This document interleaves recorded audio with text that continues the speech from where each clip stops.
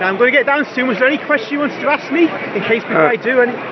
Yeah, it was just a specific one, because I was speaking with another Catholic, it was a couple of weeks ago, and we were talking about Mary and Mary worship. So of course he says to me that Catholics don't worship Mary.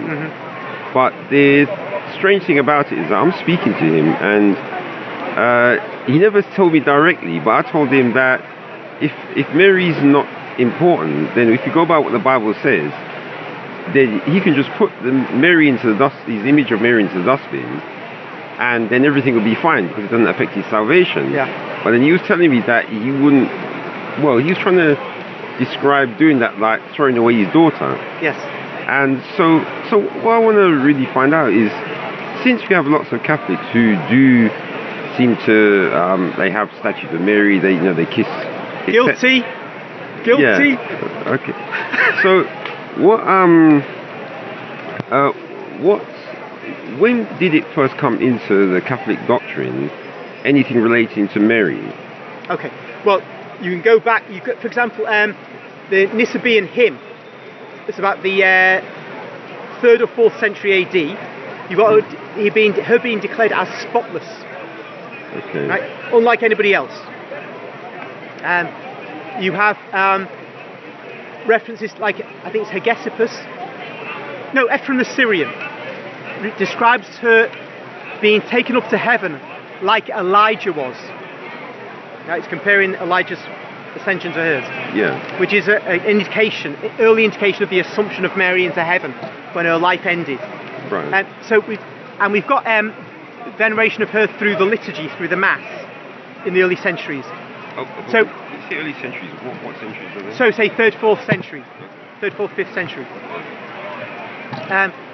But it goes back, and you've got what we call heretical documents that treat her with veneration even earlier than some of our what we call orthodox documents. Yeah.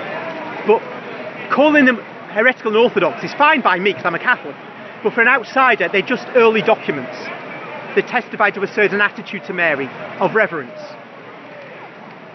What I'd say is this: the reason why the chap you were speaking to would not put the image of Mary in the dustbin, same reason we would not put an image of Jesus in the dustbin, or we would not put a plain cross in the dustbin, because obviously Protestants are happy with a plain cross. Right. We wouldn't put that in the dustbin. Okay. That once an image has got connections with something holy, divine, you don't just treat it as if it's just wood or stone or whatever. That's just a general attitude. With Mary particularly, though, we understand her to be specially beloved by Jesus, because he was a little baby, he was an infant, he was a little pre-adolescent, then he was an adolescent. All the way, he loved his mother more than anybody. Because on earth, you think about the Father. I'm not thinking. Yeah. Because we say he's both fully man and fully God. So in his human nature, his affections for his mother would be like any man's affection for his mother. Right. But above that, it would be perfect, like Abel's affection for Eve. Right? Before we got so corrupt. All right. So you can see how Mary's affection for Jesus will be as perfect as any woman's affection could be, because she's the greatest woman who's ever lived. That's deducible from the fact that she's chosen by God to be the mother of his son. Yeah. So all in all, if you start casting images of Mary into the bin, that's probably not going to please Jesus any more than if somebody casts pictures of your mother in the bin. That wouldn't be pleasing to you. Okay. So we wouldn't do something so reckless, even if we thought theologically it may be okay. Right. This is odd, psychologically odd to do that. So where would you say the switch happened? Where in the Old Testament, as far as God was concerned, any images should be destroyed. So when did it change to now being able to have images of like things in heaven? It changed very soon after God said in the Ten Commandments, "Thou shalt have no graven image." When he says, create the Ark of the Covenant with golden angels on it. And when he said, create a cross or a pole with the serpent on it, so the people of Israel can look and their snake bites can be healed. And when he described in detail how to build the Temple of Solomon by saying, put a big sea, as he called it, to carry water, and that will be borne by these huge bulls, carved bulls, and all the carvings of animals in the temple. So, in fact, what God was saying was you don't carve images for worship. And so the Catholic Church, in the Second Council of Nicea in 787 AD, against the iconoclasts of the Eastern Roman Empire, declared, as the Empress Irene of Constantinople requested, declared that images are to be venerated, and that it's unchristian not to venerate them, and certainly to break them is absolutely unchristian. Right. So, but here's the thing. You mentioned about those the ones which are on the. You have the snake. The bronze snake. Yes. And bronze serpent, and the cherubims on the ark, and also the images in the temple. Yes. But those ones, those were told by God told them directly to make them. Oh yes, yes. Yes, but did he say directly to make images of Mary and Jesus? Oh no. What God does, once Jesus leaves the earth, he sends the Comforter, who will instruct you in all things. John 16:13, he shall lead you into all truth. Now, the apostles, of course, are directly speaking the words of the Holy Spirit. But as they pass away, other men become leaders of the church. They don't have the same gifts as the apostles had. Not many of our bishops raised the dead, nor do many Christians generally. But so the Holy Spirit is working powerfully through his church, and so we get teachings. For example, you could get from the Bible a teaching that is contrary to the classical Holy Trinity beliefs of all Catholics and most Protestants. That Christ is fully man, fully God, and absolutely equal in all things to the Father. You don't have to believe that. You could say, look, there's reasons in the New Testament to doubt that. And there are oneness Pentecostals, of course. There are Jehovah's Witnesses. There are all kinds of variants of Christianity. There are variants of Trinitarianism as well. Because the Bible, in its really specifics, is not clear enough on its own to create a consensus. So in the Catholic councils, we say this is the truth, that is the truth, this is right, that is wrong. But we say, if we say this is just the church leaders, then we may have been wrong about it. The Holy Trinity doctrine may be wrong. Christ being God may be wrong. But we say these councils give us the same certainty as the Scripture gives us of truth. And that is, so when we say, as I said, the Second Council of Nicea in 787 AD, it was declared that images are right and proper. This was just affirming what Christians have done always. I did a video once, before Christmas sometime, showing that the earliest Christians had images on their graves. This is before the conversion of Constantine.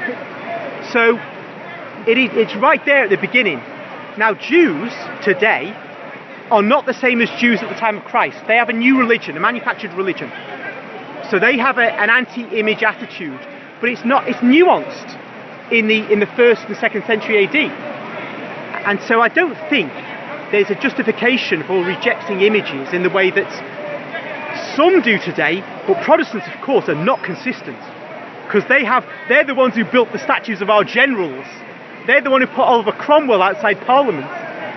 They do all that stuff. They allow photography and image and films. So what are we to do? Talibanize ourselves? But I was going to say, you said about Mary. Yeah. Matthew 12 and 47. It says, then one said unto him, behold, thy mother and thy brethren stand without, yes, desirous to speak with thee. Yes. But he answered and said unto him that told him, who is my mother, and who are my brethren? Yes. And he stretched forth his hand towards his disciples and said, behold my mother and my brethren. Yes. For whosoever shall do the will of my Father which is in heaven, the same is my brother and sister and mother. So if you go by this, then they should have images. People should be kissing images of the apostles as well. But we do. Yeah? Oh yeah. Yeah, but it seems to be biased towards Mary. Yeah, of course, because she is above the apostles. Now, I know what you've read. Yeah, let's say, once you get on what you read, but just when you start kissing images, I have to answer that bit. Yeah. Before I got to answer the verse you wanted me to look at. You see, the family, there's no reason to believe that the broader family were in favour of what Jesus was doing. There's reason to believe, from Scripture, like you've read, they were a bit hostile to this mission of Jesus. Now, if Mary is a part of the family, she's come with them. Has she come of her own free will? Has she come under duress? Has she come of the same mind as them? Has she, we can say for certain that she was not in any way negative towards his mission, because we read in Luke's Gospel, she knew what he was. But then when Jesus says, my mother and my brother are these people, that's not false either, because you see, when the person says, let's see, what's he saying? Yeah, they say your mother and your brother are outside, right? This is actually has an undertone that your mother and your brother, because they're your kith and kin, they really matter. You know, in Middle Eastern society, in all traditional societies, family blood is really important. Jesus wants to get across, these people, the fact that they're my blood brothers and sisters is not the important thing. What matters is the spiritual brotherhood. Because he elsewhere says, you know, he'll set father against son. We want to forget the Middle Eastern family tie approach to life. And it matters completely in this culture. We ought to be bonded to one another as we see in the Acts of the Apostles. We sell what we've got and we share it amongst those who are not related to. That's what Jesus is getting at. But we know that he's not denying the fundamental maternity of Mary or the fundamental connection to his actual relatives. Because James, we know from Eusebius, becomes the head of the church in Jerusalem. And that can't be by somebody just throwing the dice. That was deliberate, I think, because Jesus knew that family ties matter, and somebody in Jerusalem, right there where people think about kith and kin, somebody will only have authority with the Jews who is seen as a relative of his. So James is who Jesus wants to be, the head of the church in Jerusalem. So he's that head because of family. So yeah, on the one hand, family doesn't matter, but Jesus is prudence. So if we take prudence as one reason to say it matters, the fact of his love for his mother and her for him, and the special role she's been given by God as the angel Gabriel decides, that's another reason to say, yes, she's special, and we'll kiss pictures of her till the cows come home. Right, but here's the thing about it, is that, so when you read in the Bible, you don't see anything specific relating to Mary. So, sure. So if something was supposed to be so important, and especially the reverence of the images of the apostles and Mary, etc., it's almost like God forgot to, tell the apostles to mention this even once. Well, my friend did refer to the Magnificat, which is where Mary goes to Elizabeth when she's pregnant. She said, all generations will call me blessed. Yeah, but not kiss an image. So that's, good question, but let me finish off with this guy, because I'll lose my thread if I start talking about that right now. Here's the other point. Big thing, I think. Right. And I think whenever I bring this up with a non-Catholic who's a Protestant, they really have to go round the houses a little bit. See what you do. Revelation 12. And a great portent appeared in heaven, a woman clothed with the sun, with the moon under her feet, and on her head a crown of 12 stars. She was with child, and she cried out in her pangs of birth, in anguish for delivery. And it says in verse 5, she brought forth a male child, one who is to rule all the nations with a rod of iron. I say that just so it's clear that child is Jesus. Yeah. So therefore the woman must be Mary in one level of this image. But she had a crown of 12 stars, not one star. Yeah. Yeah, but 12 stars represent all of the tribes. 12 stars represent the 12 apostles, they represent the 12 tribes of Israel. Yeah, so then you can't be Mary, because you're only representing one tribe. Oh, no. Mary is she's the fulfillment of everything Israel was building up to, so that she could bring forth the Messiah. So that's why she's also Israel. This is also Israel here. You see, it's like you see one image, you say, well, it should be one star. But actually, it could be 12 stars, it could be one star. It could have been a crown of one star, for the reasons you give. But it could be a crown of 12 stars. She's not just about the tribe to which she belongs. She is summing up Israel in her body. Right. She's the queen of Israel. So she's the queen, must be crowned with all the tribal leaders' names, all the tribal leaders' stars. Right, so would you still say it's Mary in verse 6? 6. And the woman fled into the wilderness, where she has a place prepared by God. Okay, now we get the image coming out in another aspect. I mean, Mary did flee with Joseph.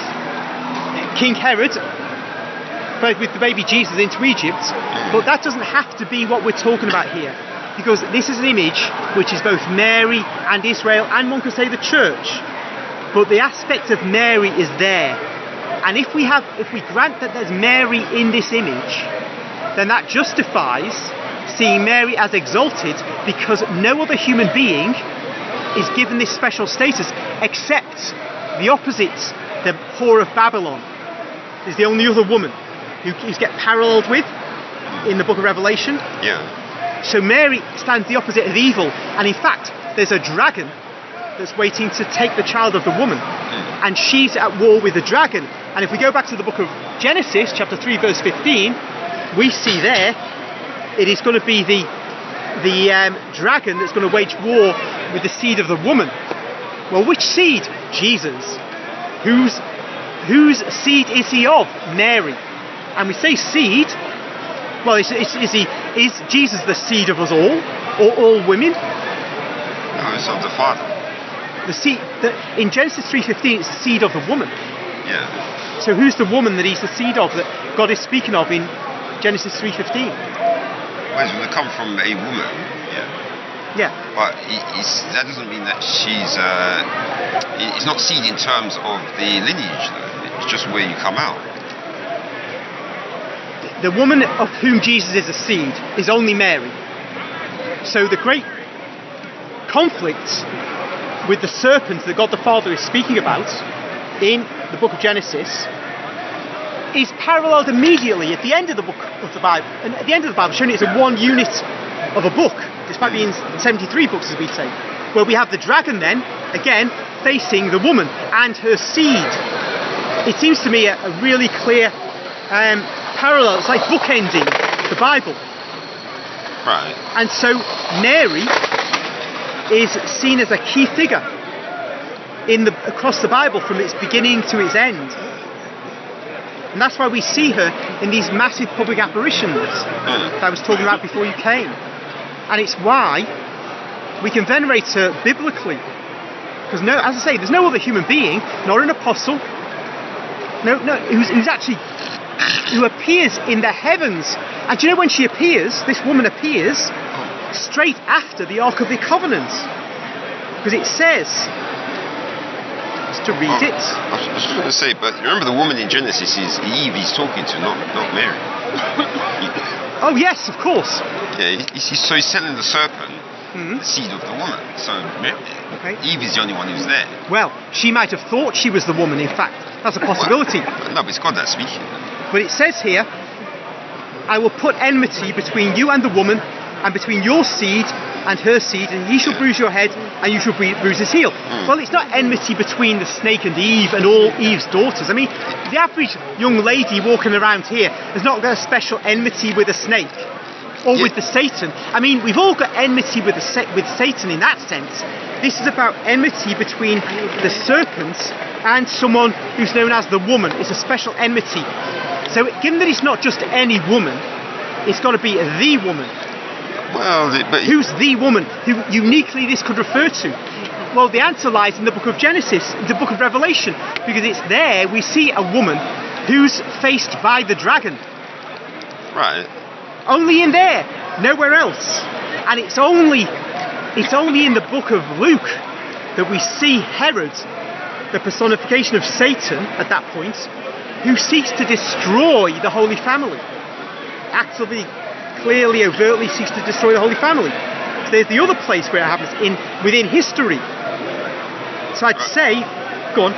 No, I was just saying. So you're saying that it's only the part in Revelation 12 where she gives birth. That's Mary, because it continues on with the woman's. But you're saying that the parts like in verse 13, where the dragon persecutes the woman, that's not Mary anymore? Well, that could be Mary, but you see that it's both these images are Mary and Israel and the church. Right. So and they fluctuate. This whole image is to conjure. It's like the book of Daniel. You know, in Daniel you get the correspondence to certain things in some ways, but the images are more than a correspondence to merely one thing. Yeah. Of course, Daniel is very relevant to the book of Revelation. And in the book of Revelation too, the images correspond to more than one thing. So, here we have a recapitulation in Revelation of the primordial sin and the consequence of it. The first confrontation between a woman and the devil. Eve is special because she's the mother of all the living. But the rest of the women in the world are not special. They've not got any special problem with Satan any more than we have as blokes. But the special woman that God must be referring to is somebody other than the generality of women. The only woman it could be is Mary, unless somebody else is yet to be born that we don't know of, which seems unlikely. So, and when we think about that without the book of Revelation, we think, yeah, it must be Mary. But then when we read in the book of Revelation, there's a woman who's faced by a dragon. It becomes clear that was Mary God was talking about. Furthermore, as I said, before I read that passage, chapter 11, verse 19, then God's temple in heaven was opened, and the ark of his covenant was seen within his temple. And there were flashes of lightning, loud noises, peals of thunder, an earthquake and heavy hail. And then he goes on and says immediately, and there's no chapter divisions in reality, goes on, and a great portent appeared in heaven, a woman clothed with the sun. So the ark disappears and a woman appears, and she's bearing Jesus. Now, the ark of the covenant bears the 10 commandments, the manna, and Aaron's rod. The Catholic Church says, and it's been said in the Fathers going way back, Mary is the Ark of the New Covenant. She bears Christ, who is the New Covenant, right? He himself is the New Covenant. It's his blood that's shed. And so, she is the new Ark. That's why we have the Ark appearing, and immediately disappears, and immediately a woman appears, carrying in herself the Ark. I mean, St. John's imagery here can't be clearer. Right. We've got no choice but to venerate her. We can understand other people being ignorant of this. But how could we? Yeah, and the apostles as well. That's the thing. Oh, no. Mary died, tradition says, decades after Jesus ascended into heaven. So all the apostles are probably dead. St. John accepted he lived on, right? Tradition says he lived to be an old man. This revelation is given to him when he's an old man, tradition says. Therefore, all the apostles are dead, he's alive, Mary has already died. Or rather, I should say, Mary has already ended, her life has already ended. Well, John was young at Jesus' time, so but when the book of Revelation is given, it's the last book of the Bible. Yeah. And John has that book of Revelation given to him when he's old. So Mary's already gone to her reward by then. And this is when we can see her in heaven, never before, because she's still on earth. When the apostles write, when the evangelists write, she's still alive. Right. So we would never get anything like this until after she's left the earth. Okay. And this is the only time we might get it. But that's the thing about this, when you read this, it says that the wonder in heaven, but when you read down, the woman ends up on the earth. When? If you read about what happens Oh, she comes to the earth. Well, not that she comes to earth, it's just that it says, it doesn't mention even that she was in heaven, because if you read what it says... The great portent appeared in heaven. Yeah, and so it shows you the vision, but it doesn't say that she came down, so it's acting as if she was always on earth. if you read what the text is saying. Well, it says, after she appears in heaven, and then there's a bit more, and then it says... So the child was caught up. The woman fled into the wilderness. Yeah, so the child was... Yeah, the child's taken up, and she flees into the wilderness. Yeah, so she can't be in heaven at that point, yeah. so she has come down.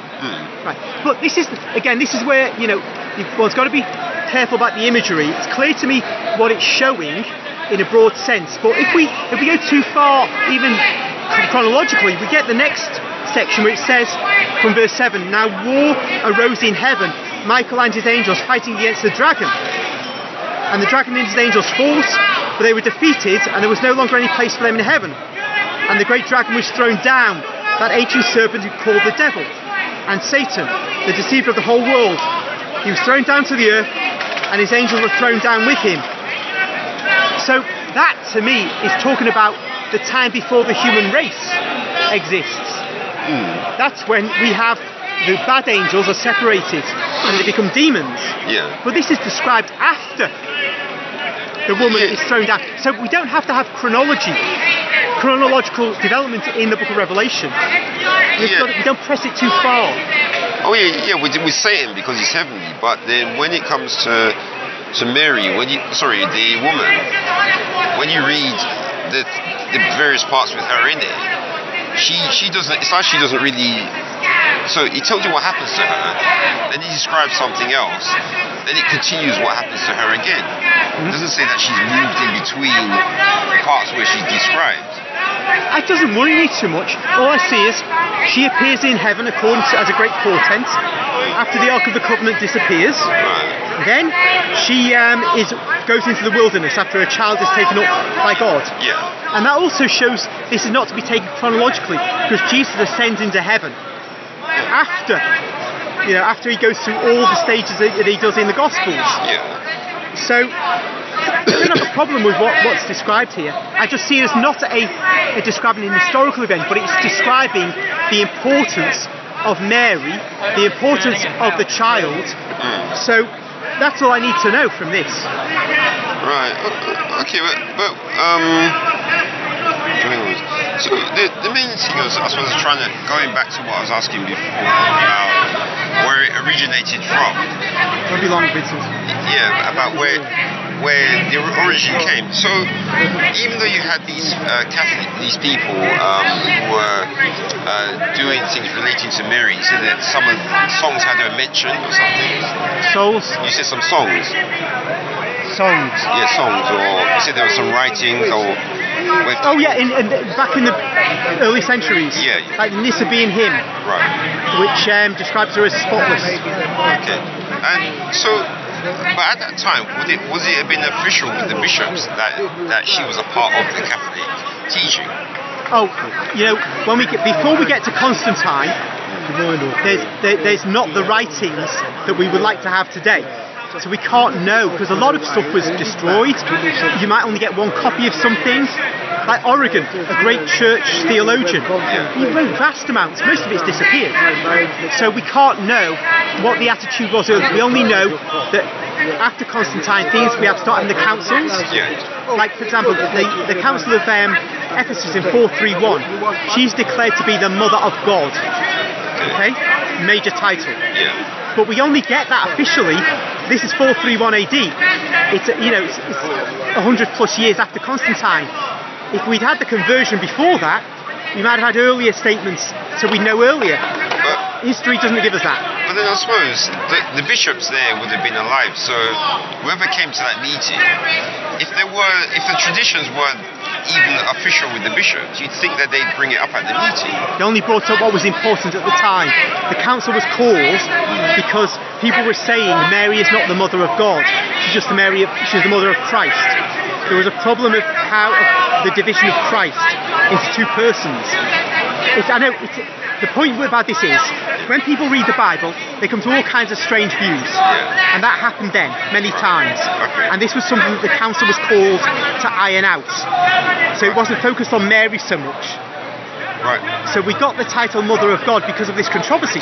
Imagine this, if there'd been no confusion about the nature of Christ, there would never have been this council, and we would never have the official title Mother of God at that point. And then you might be asking, why didn't we have this, you Catholics believe in, even in the 5th century AD. You know, this is the problem. Things only happen by accidents. But we say that God's church is given by the Holy Spirit the power to witness what the truth is. And so we trust the church rather than scratch around for historical documents which often are not there.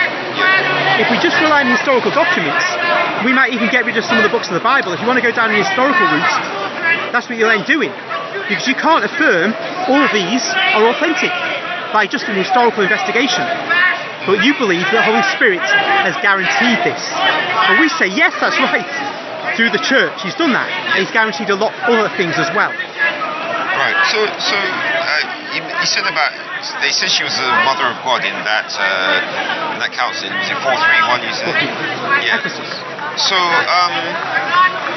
all right. So they made that statement. Was there anything attached to that, or was it just the statement that they affirmed that? Oh, there's a whole lot of documents about that, but I can't remember. All right. But did the having Mary, statues of Mary, did it come about? I suppose I should wonder. That wasn't connected with it. That was connected. That was not that. See, for example, I mentioned earlier the Second Council of Nicea in 787 AD, much later. Yeah. That only happened because they were starting to smash statues and holy and sacred images in the East. So, if that hadn't happened, we wouldn't have had the Second Council of Nicea.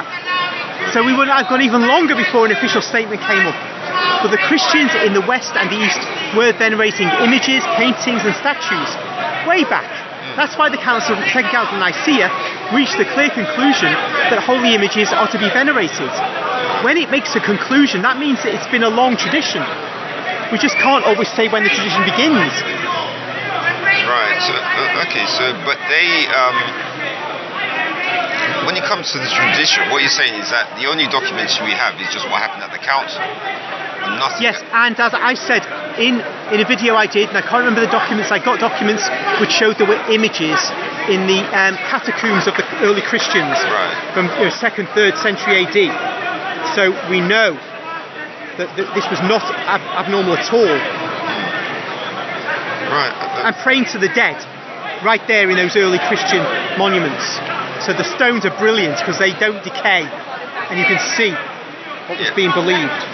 Right. So the last thing I suppose I want to ask, so you can get off, is wasn't there a recent Vatican II? Because I know I keep hearing this about something relating to Mary that only came about recently.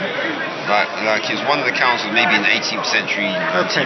The most recent important teaching on Mary is the declaration in 1950 by Pope Pius XII that she was bodily assumed into heaven when her life ended. Right. We don't say that she died. We don't say that she didn't die. We just say that when her life ended, that she was taken up. Right. So it took all the way to 1950 to have that as an official document. Yeah, this is a good example actually of what you were saying. Like, if we say, oh well, that's it was invented in 1950. You would know that isn't true because you can look at there are plenty of documents showing this is what the church taught long before that. But we have classes of teaching. We have, for example, the teaching of theologians, which is fairly low level. At the top we have the official teaching of the popes, like that one from 1950. But below that we even have teachings of the popes which aren't of that solemn level. So there's different degrees, and you can imagine that makes sense because sometimes a pope may say this, he may say that, but that's not like officially sitting down and declaring a teaching in a fully worked out way. You could have what Catholic theologians have taught forever, and they've taught forever that Jesus rose from the dead, but I don't think there's an infallible teaching of the Pope like with Mary in 1950. I don't think there's an infallible teaching about that. So if somebody was to say, hey, there's no infallible teaching that Jesus rose from the dead, you think that's stupid because it doesn't. Some things don't need it. It doesn't. Those things only happen when there's a controversy. One in relation to the body assumption. I saw your video about Maria Valtorta. Oh yes. Where she describes what happened. About Mary laying on the bed and John was there, etc. Yes. And so that is that only a vision from her, or does anyone else teach or that the events that way she described it? Okay, there may be other seers who have got the same vision, because there are many Catholics who've had visions. The reason I focus on that one is because you can actually examine the documents themselves that I read from, and you can see, like for example, on Good Friday, I uploaded a long video about the crucifixion, showing that by simply examining information in Maria Valtorta's visions, because of the sheer detail, you can establish the date of Jesus' death as probably being AD 34. Now, the key point here is that if somebody is making things up, you get nowhere. There'd be no data that was any coherence at all. So I also have done the same thing with the date of Jesus' birth, to examine the data within her writings. And she's not even explicitly trying to establish this. Other people have come along and done it. That's why I focus on her and give my time to that, because I wouldn't give my time to any other visionary, because you don't know whether they're describing accurately what happened or not. But if this woman is describing, for example, we do have her describing a year before Jesus' death, the starry sky in a place called Gadara, an actual place in Israel, and she describes it in a way. Now, if she's just telling a story, she's just going to be talking about this star, that star, the other star. But by using a star program, going back, one finds that in AD 33, at the very time she's describing it, that exact appearance of the sky was as she described it. You know, the planets were as she describes them, the stars were as she describes them. Well, that's impossible to do. She was writing in the 1940s. There were no programs to do this, and you need extremely complicated mathematical work to be done to get back to that date, and then to create an image. It's impossible. So this lends authenticity to what she was seeing. Right. Or it could be the devil. Yeah, but when you look at that, I noticed in the videos, anything related to Mary, she seems to prefer John. So do you think it's a bit odd that she seemed, and I know it said at the end of John that Jesus said that Mary should go and stay with John, but then you'd think that if Mary has such an important position, he would involve some of the other apostles in Jerusalem as well. But when I look at the video that you did, it's empty of the other apostles. It's only John and Mary. Okay, if you were to, I think I've done videos on Gamaliel, who's mentioned in the Acts, and who's obviously historically a very famous rabbi, and it talks about his conversion. Now, he came years, I don't know how long it was later actually now, but he comes to Mary because he's distraught that he didn't believe Jesus during his lifetime, and it's shortly before his death. So it's sometime after he speaks in the Sanhedrin in the Acts of the Apostles. And that she's still present in Jerusalem. She's a focal point for the early church in Jerusalem, but we don't get much by way of visions of her compared to the rest of Maria Valtorta's visions, for the simple reason there's 5 fat volumes. It's bigger than War and Peace. In fact, it's 3 times the size of Tolstoy's War and Peace, I calculate, by my copy of War and Peace. The whole thing is devoted to the gospel, Jesus' public ministry, as told in our Gospels. There's only a small part that's before that, prior to the birth of Jesus, and a small part after that. So that's just the way it was. And Jesus said, actually, because Maria Valtorta was treated badly by the church leaders, he would not give all the revelation he wanted to give. This would be it. I know, God process it, right? He could have given more. We might have got more about the early church, more about the subsequent centuries, more about our future, our destiny. But he said no more, because she's been treated badly. She was treated badly. Right, but They treated her with disdain, caused her more grief than necessary. The Servites, an order of Catholic priests, were entrusted by Jesus to look after her, because you need protection from the Catholic Church leaders. They're not pussycats. They can be mean. Padre Pio, a saint in our church, was persecuted by these people for a while, but she was to be protected by the Servites. They failed to protect her. So you see, Jesus was just angry, and he said, "That's it, no more." So I find it interesting that you when you say that, because when you look at someone like Ahab, even though he was being bad to the prophets, God still sent in one short period of time he sent 3 different prophets to him. So I just thought that if the visions that Maria had were that important, you'd think that God would have a backup. Oh, God does. The Virgin Mary, her visions ended in the early 50s. The Blessed Virgin Mary appeared to hundreds of thousands of Italians in northern Italy in the 1950s. And I was saying to somebody else, I forgot the place.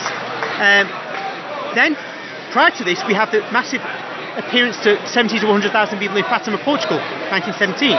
Then we have appearances in the 1960s, I believe, at a place in northern Spain called Garabandal, 1961 to 1964. Then we have appearances of the Blessed Virgin in Medjugorje in Croatia in the early 80s. Now, it's pretty much, without doubt, she did appear in the early 80s. There's questions as to whether that's continued since then. Then there's the speaking of Jesus or Mary to persons as individuals, giving them messages. That still goes on. So God has a massive backup plan, but this was a special gift. God did not need to give us the entire gospel. This is like, you take the gospel according to John, we'll put all of them together, Matthew, Mark, Luke and John. They're small, right? Tiny. This book is the entire gospel expanded in all its detail. Jesus didn't have to give that. He gave it once before to Mary of Greek. No, go back. A woman in the early 1800s, Anne Catherine Emmerich, she was given a huge amount of visions as well. And prior to that, a nun called Mary of Agreda in the 17th century. But we're near the end. We're in the end times now. There's no time to give this again, I believe. What we're having is now warnings. So that's how I see it. So he's got his backup plan. He's following it. He's carrying on to his church. Right. Okay. I'll only mention this because I mentioned it to someone else. Do you know these visions of Mary? Yeah. Do you get them? Do they happen in like the more disliked parts of the earth, like say in Central Africa or Southern India? Or we had a Marian apparition in Egypt. Yeah. No, I'm talking about the places people don't like. So it's Central Africa and like Southern India, and because those are general places where the people who live there, they don't get as much love from the rest of the There's earth. a very famous apparition site for Indians. I can't remember where it is. Okay, I was going to say, I was, I mentioned Medjugorje in Croatia. Yeah. Well, I decided back in the mid-90s, I'm going to go there. The fighting had just died down. I was going to took my girlfriend there, and I went to this shop in, Victoria Station. Yeah. Well, there was a bookshop, Kathy Kelly bookshop. Don't think it's there now. And I got this I got books. Used to get books from there. And I got this magazine type, newspaper format type thing, which looks at different Marian apparitions all over the world. Right. And I looked at all of them were quite saying various things, about Mary appearing here and there. Interesting, but there was one that stood out to me. It was in Africa, right? It was a place that I'd never really heard of called Rwanda. And what was horrible about it was it said the image that the children had received was of dead bodies floating in a river. I thought, this stood out to me from all the others. Everything else was quite pleasant. Maybe a warning here and there, but nothing like that. I went to Medjugorje the following week with my lady. And that week I was there, that very week, the president of Burundi's plane crashed. He died. Shot down by I don't know who, can't remember now. But that sparked the Rwandan massacres. Now, how on earth did that image appear? But I found out about these children in Rwanda later on. What happened was all of them, some of them were pagans, and one boy particularly was pagan. He was taught the Our Father by Jesus. Yeah. They were converted. So some of them were lovely Catholic girls from Catholic schools. Probably all of them dead. Now, died in those massacres. But what matters particularly here to me is that I knew that there was going to be a massacre. I didn't know how, I didn't know when, but I knew prior to the event, because I've still got that newspaper, and I knew also, in a way, prior to the breakup of Yugoslavia, that there was going to be something happening. Because prior to the breakup of Yugoslavia, in 1981, a born-again Christian girl, when I was in Sheffield, gave me a Sunday Times magazine, which talked about the apparitions of Mary in Medjugorje, which started on June the 25th, 1981, and she described herself as the Queen of Peace. The word peace appeared in the sky, Mir, in that language, so the crap. And you know what?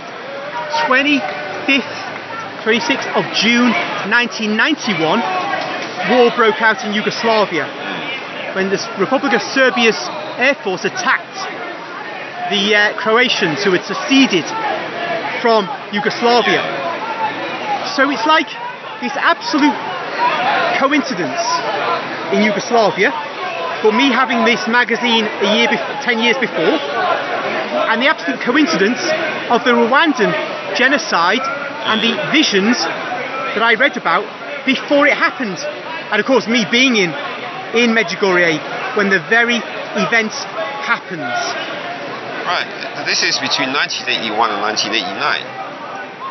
Oh, the Medjugorje? Yeah. Actually, no, it's still going on. It started in 1981. It's still going on. Right. But that's where there's controversy. No real doubt in my mind that it was happening at the beginning. But whether it's still going on is another matter. So the fact that it lasted so long and it didn't have an effect on to be able to save people, does that mean that even though the apparition happened, that it was ignored by the Catholic Church? Well, it means that Mary was saying, I want there to be peace in this region. If people had listened to their message, the Catholics don't. The official church does not make a decision about apparitions for years. Right. But the Catholic people were taught by this that they must be at peace with their neighbours. And so my girlfriend went to speak to one of the visionaries when we were there, and she said, because my girlfriend was a Muslim, and this visionary said to her, look, you know, Muslims are coming to Medjugorje, Muslims, Eastern Orthodox, as well as Catholics. The idea was that there'd be peace amongst the religions, and that if it had been taken up by the people, could have avoided the war. Same with in Rwanda, it was a warning to avoid the slaughter that was coming. Always Mary comes to warn, and she warned the Portuguese people in Fatima in 1917, and it was taken up by the Portuguese people. They listened, and they got rid of the communists, and they established a nation that was godly under Salazar. In Spain, they listened as well to the Fatima message. They fought and defeated communism, and they avoided the Second World War. Bombs didn't touch Spain after the Spanish Civil War, because they took to heart the message of Mary, and they consecrated Spain to the Immaculate Heart of Mary. So it works. That's what Britain and all the nations need to do. If they do it, we might avoid a Holocaust. Right. But we won't. So we will get what was just coming to us. Yeah, because it said, I was just checking, this is CatholicNewsAgency.com, and it says there's only one Vatican-approved Marian apparition that took place on the African continent, Our Lady of Kibeho. Yeah, that's it, Rwanda. Yeah. So it says from 1981 to 1989, there were reports of Marian apparitions in Kibeho, Rwanda. But what I find interesting is that this says it's the only Vatican-approved apparition in the African continent. Yeah. But when we read in Ezekiel, God talks about his people being gathered from Ethiopia. So you think that if he's going to be, if the African sort of subcontinent gets mentioned so much in the Old Testament, it seems strange that they've only got one Vatican-approved apparition. Because that doesn't mean apparitions aren't happening. You see, historically, Sub-Saharan Africa was untouched by the West, right? The Catholic Church only started penetrating it in the 19th century. Yeah? Establishing missions for education and so on, for welfare. So you can't record what's happening. You've got to get statements. You've got to get investigations undergone, and that was really only possible in the 20th century. But we have a whole slew of apparitions prior to the 20th century in Europe. Yeah, but that doesn't mean it sounds biased. Only because of the historical factors. You can't get them in the 19th century in Africa. Though they may have been going on. And in the early 20th century in Africa, it's still a continent where you've got the church still pressing into these pagan zones, where the colonial powers are there and they're organising, but you haven't got a means by which, if a girl comes and says, "Oh, Mary's spoken to me," where can you get the investigative tribunal? In Africa, it's very thin on the ground. In Europe, it's heavily established. It's just a practical matter. Yeah. But I've no doubt of this, that the Blessed Mother appeared to Africans in a vast number over Africa. Because you know what? Africa was 11% Christian in 1900. It was 11% Christian and 31% Muslim. At the end of the 20th century, it was 41% Christian and about 30% Muslim. The switch has been massive. That isn't just through preaching, that's through miracles.